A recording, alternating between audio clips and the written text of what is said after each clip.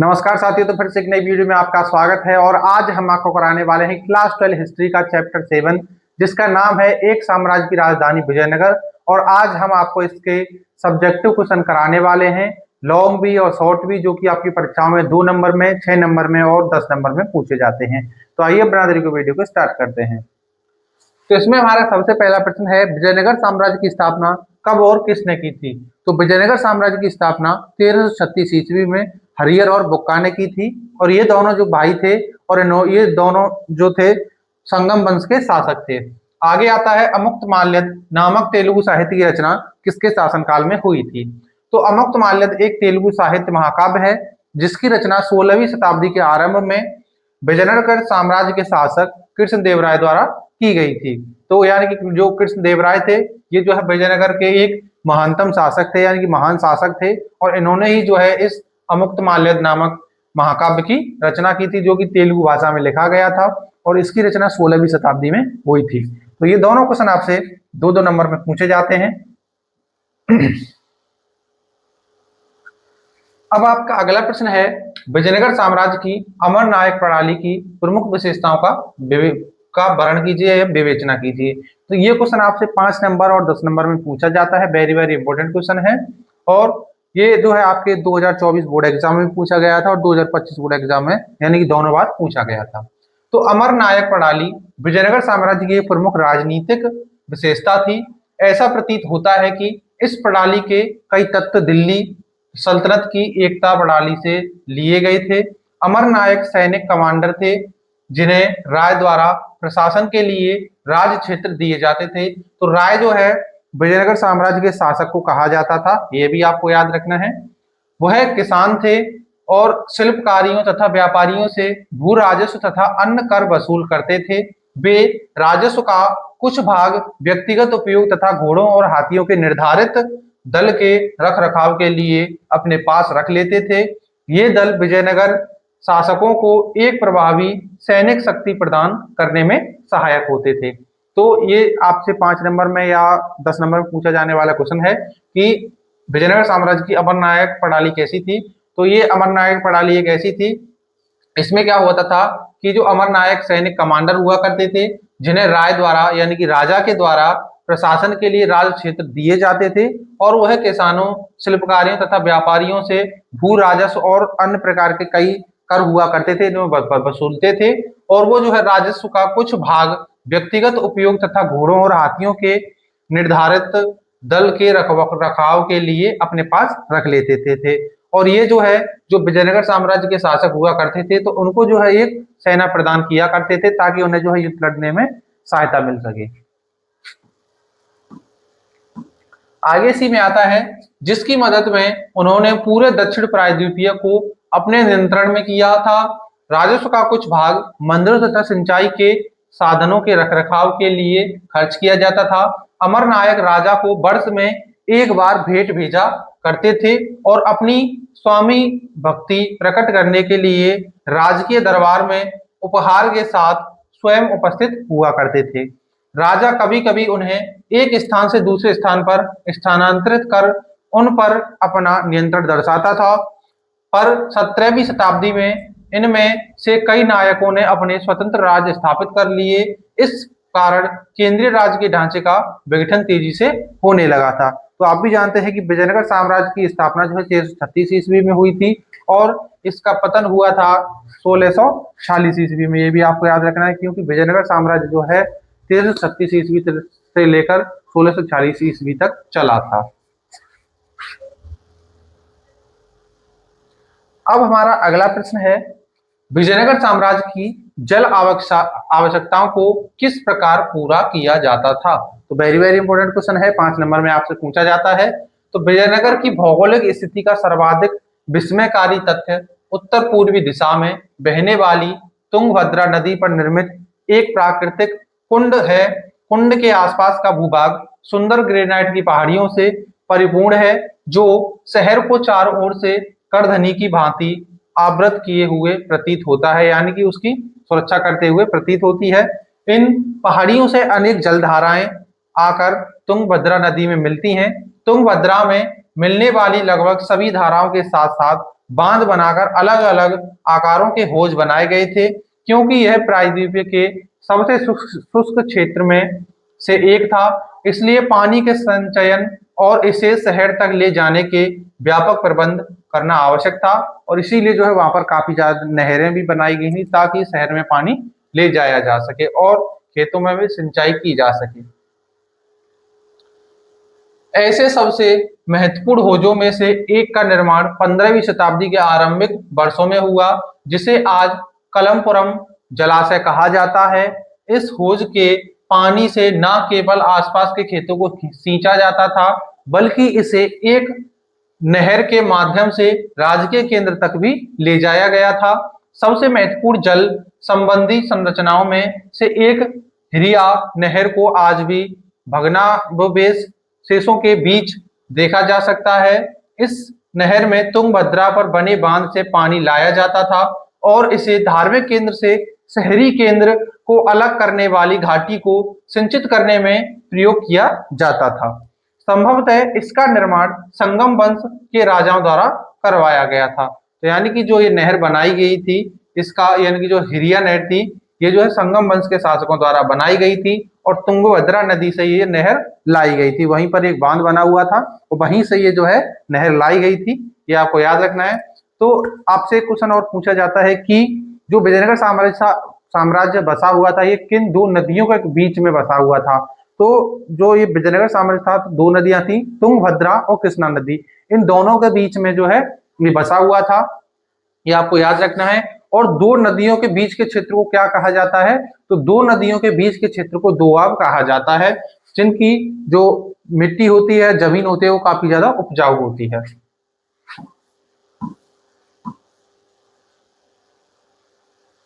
आगे इसी में आता है कृष्णदेवराय द्वारा बनवाए गए जलाशयों के विषय में पेश लिखता है, यानी कि पेश एक व्यक्ति है, वो लिखते हैं कि राजा ने एक जलाशय बनवाया दो पहाड़ियों के मुख्य विवर पर, जिससे दोनों में से किसी पहाड़ी से आने वाला सारा जल वहां इकट्ठा हो। इसके अलावा जल 9 मील लगभग यानी कि 15 किलोमीटर से भी अधिक की दूरी से पाइपों से आता है, जो बाहरी श्रृंखला के निचले हिस्से के साथ साथ बनाए गए थे।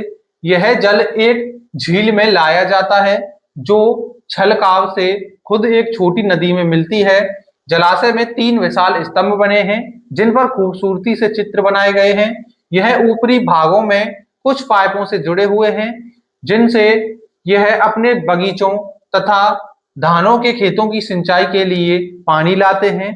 इस जलाशय को बनाने के लिए इस राजा ने एक पूरी पहाड़ी को तुड़वा दिया। जलाशय में मैंने इतने लोगों को कार्य करते देखा कि वहां 15,000 से 20,000 आदमी थे। इस प्रकार विजयनगर साम्राज्य की जल आवश्यकताओं को पूरा किया जाता था। तो ये जो है कृष्णदेवराय ने बनवाया था और इसके बारे में एक व्यक्ति थे जिनका नाम था पेश, उन्होंने लिखा था।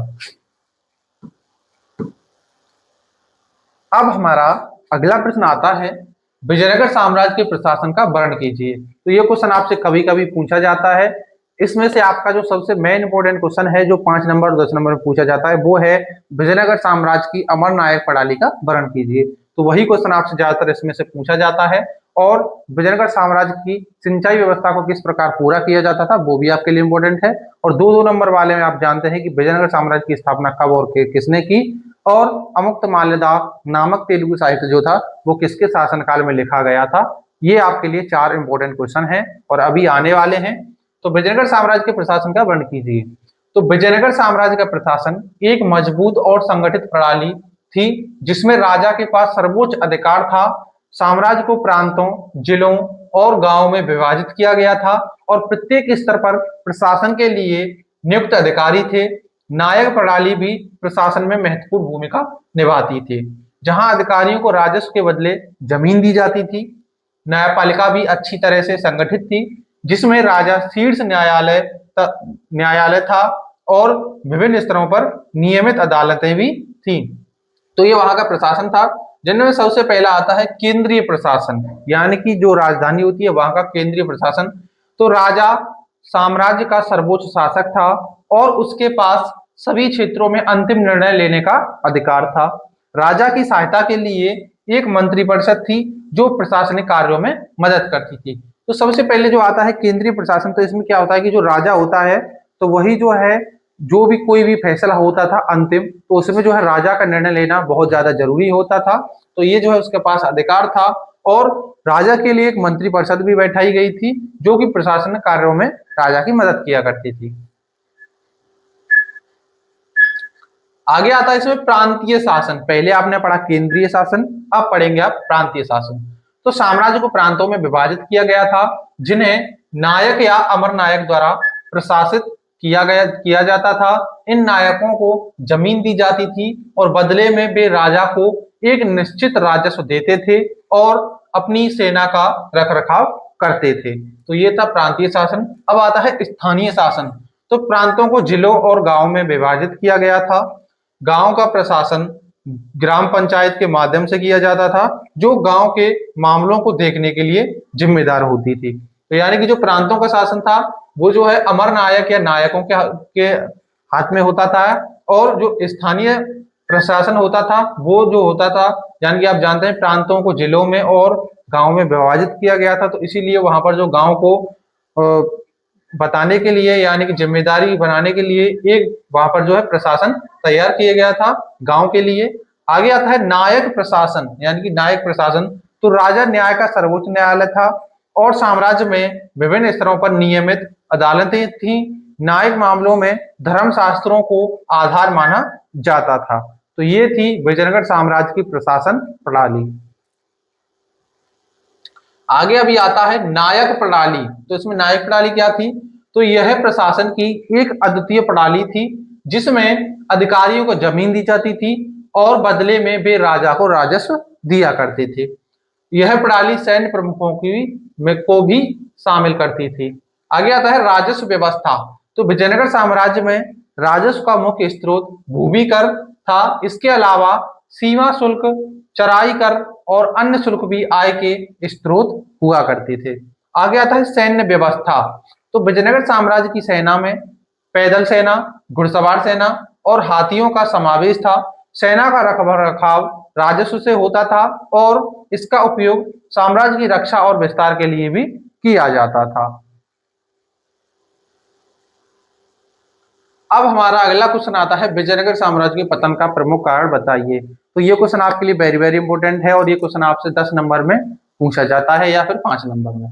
तो विजयनगर साम्राज्य के पतन के कई प्रमुख कारण हैं, जिनमें आता है विजयनगर साम्राज्य में शासक उत्तराधिकारी की समस्या से जूझता रहा। इसके कारण साम्राज्य में राजनीतिक अस्थिरता बनी रही और शासक आपस में लड़ते रहे। तो एक प्रमुख कारण है कि विजयनगर साम्राज्य में आप जानते हैं कि जब कृष्णदेवराय था तो विजयनगर साम्राज्य काफी ज्यादा ऊंचाइयों को छू रहा था और काफी ज्यादा डेवलप हो रहा था, यानी कि बहुत ज्यादा विकास कर रहा था। और जब विजयनगर साम्राज्य में जब आप जानते हैं कि जैसे ही कृष्णदेवराय की मृत्यु हुई तो उसके बाद जो है कुछ उत्तराधिकारी बेकार हुए, वो जो है योग्य नहीं थे बल्कि अयोग्य हुआ करते थे। और आगे आता है विजयनगर साम्राज्य और बहमनी साम्राज्य के बीच लंबे समय तक संघर्ष चलता रहा। यह संघर्ष रायचूर दोआब और हीरे की खदानों के नियंत्रण के लिए था। अंततः विजयनगर साम्राज्य बहमनी सल्तनतों के एक संघ द्वारा पराजित हुआ। तो बहमनी साम्राज्य ये इसकी स्थापना जो है 1347 ईस्वी में हुई थी, और जो विजयनगर साम्राज्य था इसकी स्थापना 1336 ईस्वी में हुई। लेकिन जो बहमनी साम्राज्य की जो सल्तनतें थी, उन्होंने जो कई सारी सल्तनतें मिलकर इसको जो है पराजित कर दिया था। तो ये भी जो इसके एक पतन का कारण था। आगे आता है साम्राज्य में राजनीतिक अस्थिरता और सत्ता संघर्ष भी एक महत्वपूर्ण कारण था। इससे साम्राज्य कमजोर हो गया और बाहरी आक्रमणों का सामना करना पड़ा। तो ये भी जो एक प्रमुख कारण है। आगे आता है विजयनगर साम्राज्य पर कई बाहरी आक्रमण हुए। इनमें से सबसे महत्वपूर्ण आक्रमण थे बहमनी सल्तनत, गोलकुंडा सल्तनत और बीजापुर सल्तनत से संघर्ष हुआ था। यानी कि इन तीनों सल्तनतों ने जो है मिलकर एक साथ विजयनगर साम्राज्य पर हमला किया और विजयनगर साम्राज्य की पराजय हुई थी। तो ये भी जो है उनके पतन का एक प्रमुख कारण है। आगे आता है तालीकोटा की लड़ाई में विजयनगर साम्राज्य की हार के बाद हम्पी को नष्ट कर दिया गया, जो विजयनगर साम्राज्य की राजधानी थी, और इस प्रकार विजयनगर साम्राज्य का पतन हुआ था। तो ये सारे क्या है विजयनगर साम्राज्य के पतन के कारण हैं। जब तालीकोटा का युद्ध जो है 1565 ईस्वी में हुआ, ये आपको याद रखना क्योंकि ये क्वेश्चन आपसे पूछा जाता है। 1565 ईस्वी में तालीकोटा का युद्ध हुआ और इसमें जो है विजयनगर साम्राज्य की पराजय हुई थी और हम्पी को इसमें नष्ट कर दिया गया था। हम्पी जो है विजयनगर साम्राज्य की राजधानी हुआ करती थी और उसे नष्ट करने के बाद जो है विजयनगर साम्राज्य का पतन हुआ और कई भारी आक्रमण हुए जिनमें बहमनी सल्तनत, गोलकुंडा सल्तनत और बीजापुर सल्तनत, इन तीनों सल्तनतों ने मिलकर एक साथ विजयनगर साम्राज्य पर हमला किया और उसकी पराजय हुई। तो ये सभी जो है इसके पतन के कारण हैं। अब अगला प्रश्न आता है, विजयनगर साम्राज्य के विस्तार में कृष्णदेवराय के योगदान का वर्णन कीजिए। तो ये क्वेश्चन भी आपसे 10 नंबर में ही पूछा जाता है, इंपॉर्टेंट क्वेश्चन है, इसको आपको जरूर याद करना है। तो कृष्णदेवराय ने विजयनगर साम्राज्य के विस्तार और सुदृढ़ीकरण में महत्वपूर्ण योगदान दिया। उन्होंने साम्राज्य की सीमाओं का विस्तार करके, एक मजबूत सेना का निर्माण करके और प्रशासनिक सुधार करके विजयनगर साम्राज्य को दक्षिण भारत का एक शक्तिशाली राज्य बनाया। वे स्वयं एक कुशल विद्वान और कला एवं साहित्य के संरक्षक थे, जिससे उनके शासनकाल में विजयनगर में कला और संस्कृति का विकास हुआ था। तो ये क्या था कि ये जो है उनका योगदान था कि उन्होंने जो है किस प्रकार विजयनगर साम्राज्य को आगे बढ़ाया। तो उन्होंने जो है साम्राज्य की सीमाओं का विस्तार किया, यानी कि दूसरे जो राज्य थे उन पर अटैक करके, उन पर आक्रमण करके उन्होंने जो है उनको जीता और विजयनगर साम्राज्य की सीमाएं बढ़ाई गई और उन्होंने जो है एक मजबूत सेना का निर्माण किया, प्रशासनिक सुधार किए। तो इस प्रकार इनका योगदान रहा और इन्होंने जो है दक्षिण भारत में ही विजयनगर साम्राज्य को एक शक्तिशाली राज्य बनाया था और वो खुद एक कला और साहित्य के संरक्षक हुआ करते थे, इसीलिए उनके शासनकाल में कला और संस्कृति का विकास हुआ। अगला आता है सैन्य विजय। तो कृष्णदेवराय ने कई युद्धों में विजय प्राप्त की, जिनमें रायचूर का युद्ध और बीजापुर के सुल्तान के खिलाफ युद्ध शामिल है। इन विजयों से विजयनगर साम्राज्य की सीमाओं का विस्तार हुआ और उसे दक्षिण भारत का सबसे शक्तिशाली राज्य बनाया गया था।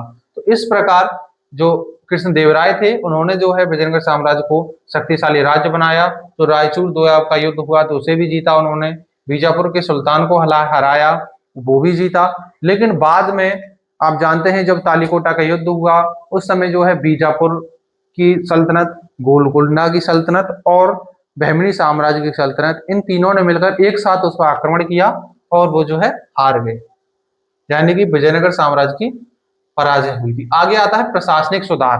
तो कृष्णदेवराय ने प्रशासनिक सुधार भी किए, जिनमें कृष्णदेवराय ने एक मजबूत और कुशल प्रशासनिक प्रणाली स्थापित की, जिससे साम्राज्य की रक्षा और विकास में मदद मिली। उन्होंने एक मजबूत सेना का निर्माण किया, करों को बढ़ाया और व्यापार को प्रोत्साहित किया। तो ये भी जो है उनका एक योगदान रहा। फिर आता है आर्थिक विकास। तो कृष्णदेवराय ने कृषि, व्यापार, उद्योग को प्रोत्साहित किया, जिससे साम्राज्य की आर्थिक समृद्धि में वृद्धि हुई। उन्होंने सिंचाई प्रणाली का विकास किया, जिससे कृषि उत्पादन बढ़ा और व्यापार को प्रोत्साहित किया था। तो ये क्या थे, कृष्णदेवराय के विजयनगर साम्राज्य को आगे बढ़ाने में योगदान रहा था। आगे आता है सांस्कृतिक विकास। तो कृष्णदेवराय ने कला और साहित्य को प्रोत्साहित किया और अपने दरबार में 8 प्रसिद्ध तेलुगु कवियों का संरक्षण किया। उन्होंने कई मंदिरों का निर्माण किया और तेलुगु भाषा के साहित्य को बढ़ावा दिया, जिससे विजयनगर साम्राज्य में सांस्कृतिक विकास हुआ था। आगे आता है विदेशी व्यापार। तो कृष्णदेवराय ने पुर्तगालियों के साथ विदेशी व्यापार को बढ़ावा दिया, जिन्होंने मालाबार तट पर व्यापार केंद्र स्थापित किए थे। तो इस प्रकार कृष्णदेवराय ने जो है विजयनगर साम्राज्य को आगे बढ़ाया था। अब अगला क्वेश्चन आता है कृष्णदेवराय पर एक संक्षिप्त टिप्पणी लिखिए, यानी कि अब हमें इसमें बताना है कृष्णदेवराय के बारे में। तो ये क्वेश्चन भी आपके लिए इंपॉर्टेंट है, ये भी आपको याद रखना है। तो विजयनगर के महान शासक कृष्णदेवराय एक महान शासक थे, जिन्होंने विजयनगर साम्राज्य को अपने शिखर पर पहुंचाया था, यानी कि ऊंचाइयों पर पहुंचाया था। वे तुलुव वंश के तीसरे राजा थे और 1509 ईस्वी से 1529 ईस्वी तक विजयनगर साम्राज्य पर शासन किया। कृष्णदेवराय एक महान योद्धा, प्रशासक और साहित्य एवं कला के संरक्षक थे।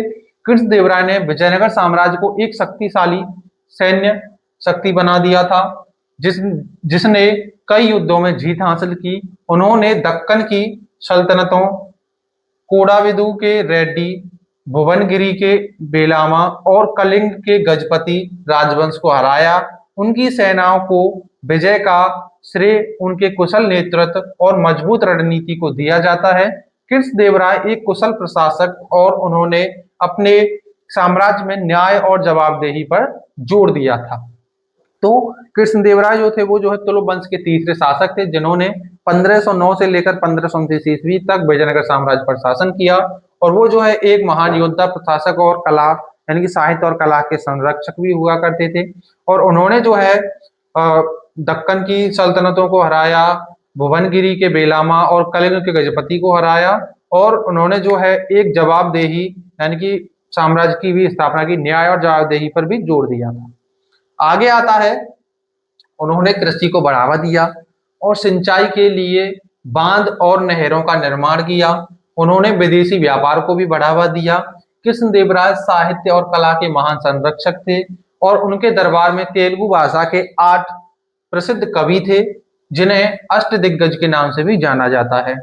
उन्होंने तेलुगु भाषा में अमुक्तमाल्यद नामक एक प्रसिद्ध पुस्तक लिखी थी, जो तेलुगु साहित्य का एक महत्वपूर्ण रत्न है। उन्होंने संस्कृत में भी जाम्बवती कल्याण नामक एक नाटक लिखा था।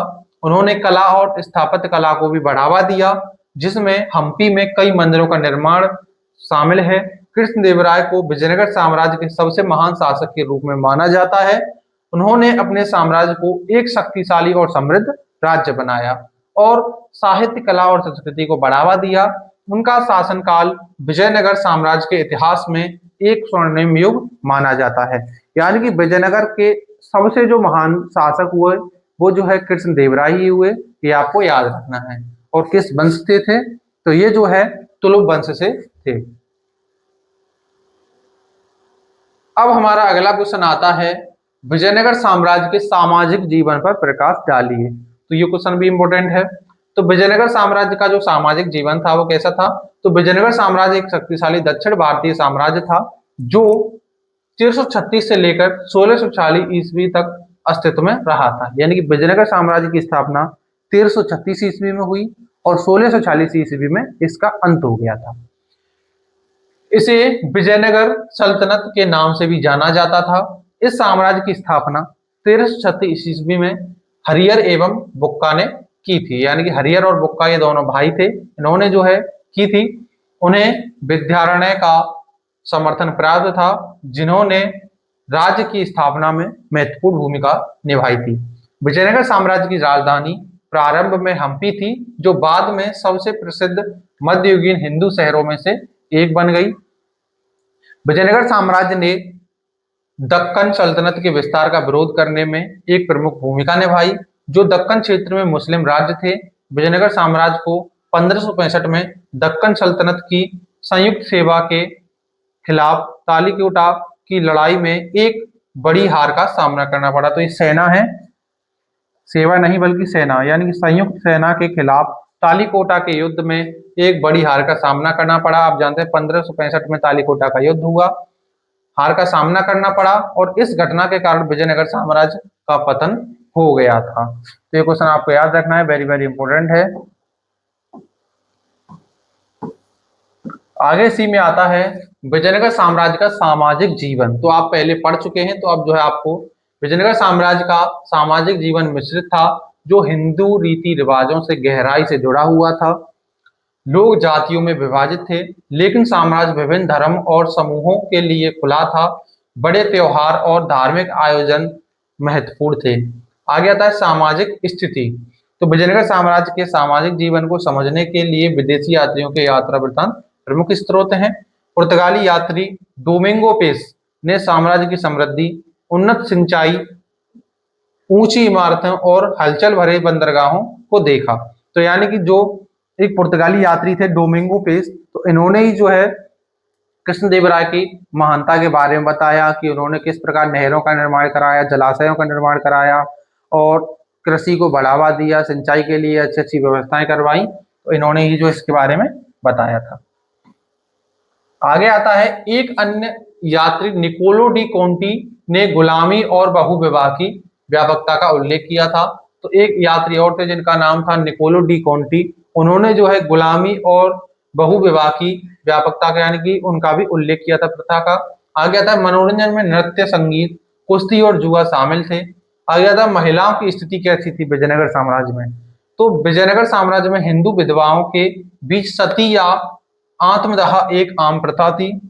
बहुविवाह, दहेज और देवदासी प्रथा भी प्रचलित थी।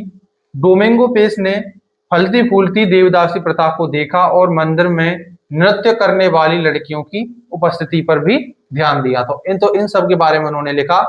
आगे आता है लिंगायतवाद और अन्य सामाजिक धार्मिक आंदोलनों ने अधिक लचीले सामाजिक मानदंडों को प्रोत्साहित किया, जिससे महिलाओं को समाज में अधिक भागीदारी की अनुमति मिली। दक्षिण भारत में महिलाएं पारंपरिक लैंगिक बाधाओं को तोड़ते हुए प्रशासन, व्यवसाय, व्यापार और ललित कला में लगी रही। आगे आता है जाति प्रथा। तो विजयनगर साम्राज्य में जाति प्रथा भी थी। तो हिंदू जाति व्यवस्था प्रभावी थी, जिसने समाज को 4 वर्णों में विभाजित किया, ब्राह्मण, क्षत्रिय, वैश्य और शूद्र। तो ये जो है प्राचीन काल से ही चला आ रहा था। एक सख्त पदानुक्रम देखा गया, जिसमें प्रत्येक वर्ण का एक सामुदायिक प्रतिनिधित्व होता था। जैसे कि ब्राह्मण का लोगों को शिक्षा प्रदान करना, वेदों का ज्ञान देना और यज्ञ करना। क्षत्रिय का लोगों की रक्षा करना, शासन करना और यज्ञ करवाना। वैश्य का काम था व्यापार करना, कृषि करना और शूद्र का काम था इन तीनों की सेवा करना। तो इस प्रकार जो है इनके सभी के कार्य बदले हुए थे।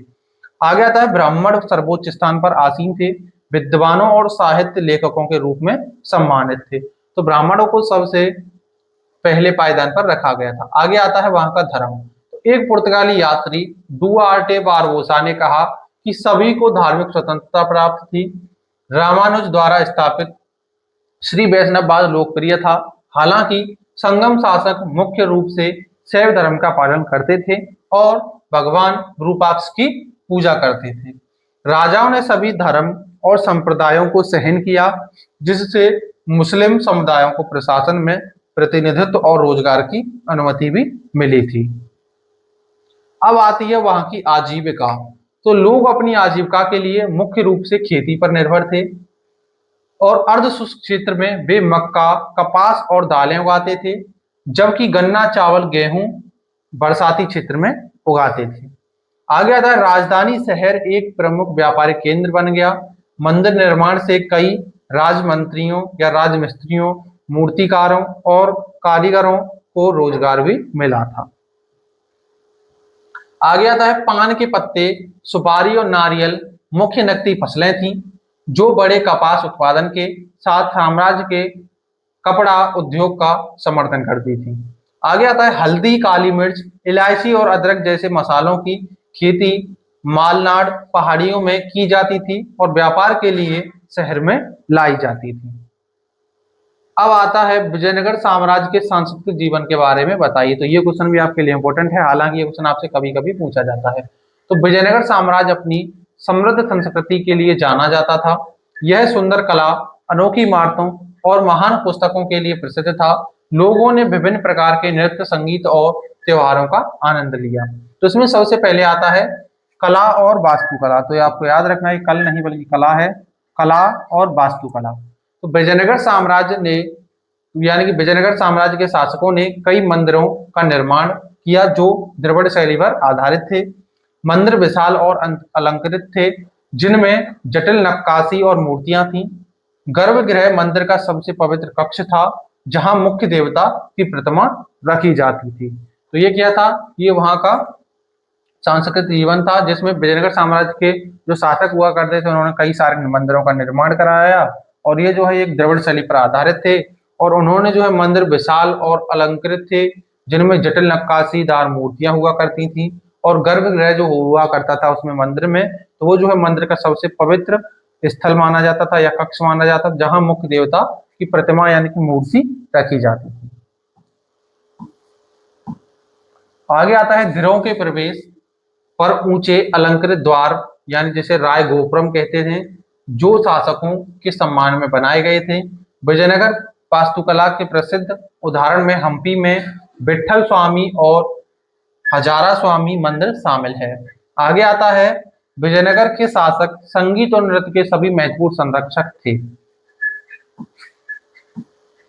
आगे आता है साहित्यिक सांस्कृतिक, यानी कि विजयनगर साम्राज्य में तेलुगु, कन्नड़, संस्कृत और तमिल भाषाओं का उपयोग किया गया था। आगे आता है धर्म, संगीत, जीवनी, कविता, व्याकरण, आयुर्वेद आदि विषयों पर रचनाएं की गई थी। कृष्णदेवराय, तेनाली रामकृष्ण, सायण आदि प्रसिद्ध लेखक थे। आगे आता है अमुक्तमाल्यदा, अष्टचंपू आदि प्रसिद्ध साहित्य कृतियां थी। विजयनगर के शासकों ने साहित्य और कला को संरक्षण दिया था।